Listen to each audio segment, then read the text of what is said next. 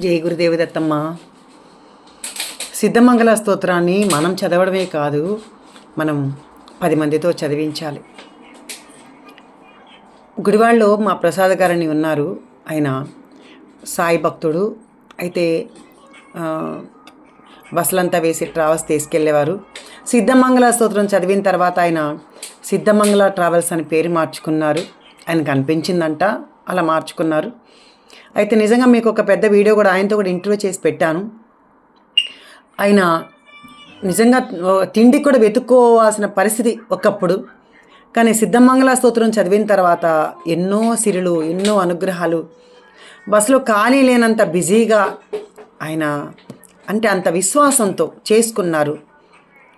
కాబట్టి ఆయన ఈరోజు కోటీశ్వరుడు అయ్యాడు అని మీ అందరికి కూడా ఒక పెద్ద వీడియో ఆయనతో ఇంటర్వ్యూ చేసి పెట్టడం జరిగింది.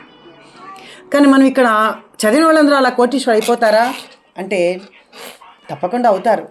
ఎప్పుడు నీలో శ్రద్ధ, విశ్వాసం, భక్తి ఉన్నప్పుడు కోటీశ్వరుడే కాదు, నువ్వు ఏ కోరికలు అడితే ఆ కోరికలు తప్పకుండా తీరుస్తారు. ఎందుకంటే ఒక రోజులో చెప్పాను మీతో, ఉద్యోగం సంపాదించుకున్న వాళ్ళు ఉన్నారు, ఇప్పటికి కూడా స్వామి అనుగ్రహం రాకుండా బాధపడుతూ ఉన్న వాళ్ళు ఉన్నారు.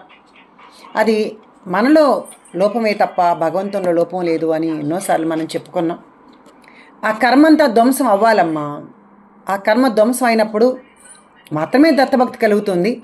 అందులో సిద్ధమంగళ స్తోత్రం మన చేతికి రావాలంటే బాబోయ్, ఇంకా అసలు ఎన్నో జన్మని తెచ్చుకున్న కర్మలన్నీ కూడా మనకు ధ్వంసం అయినప్పుడు మాత్రమే ఆ సిద్ధమంగళ స్తోత్రం మన దగ్గరికి వస్తుంది.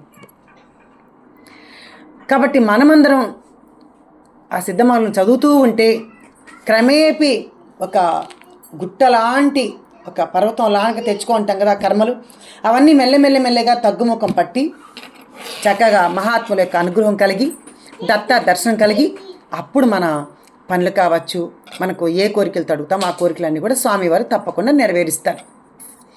మనం 2 రోజులు చదివేసి సిద్ధములు చేశానమ్మా, 108 సార్లు చేసేసానమ్మా, నాకు ఇంకా రాలేదేంటి అంటే అది కాదు. నీకు ఆ ధ్వంసమైనప్పుడు, ఆ కర్మ ధ్వంసమైనప్పుడు తెలుస్తుంది. మనకు స్వామి అన్నీ ఒక్కొక్కటే పాజిటివ్గా అన్నీ ఇస్తూ ఉంటారు. పిల్లలకు పెళ్ళి అవ్వడం కానీ, అలాగే ఉద్యోగం కానీ, అలాగే గృహాలు కానీ, అలా ఏదైనా కావచ్చు, మనం కోరుకున్నవన్నీ తప్పకుండా ఇచ్చి తీరుతారు. నీలో అంత బలము, అంత విశ్వాసం ఉండి తప్పకుండా చేయమా.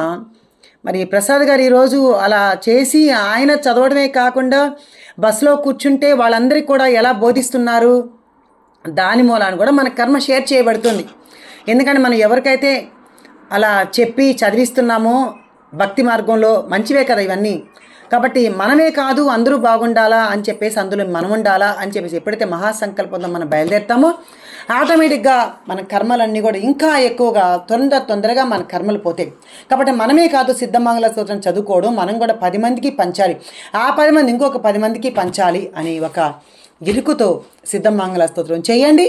మన కోరికలను తప్పకుండా తీరుతాయి. జై గురుదేవి దత్తమ్మ.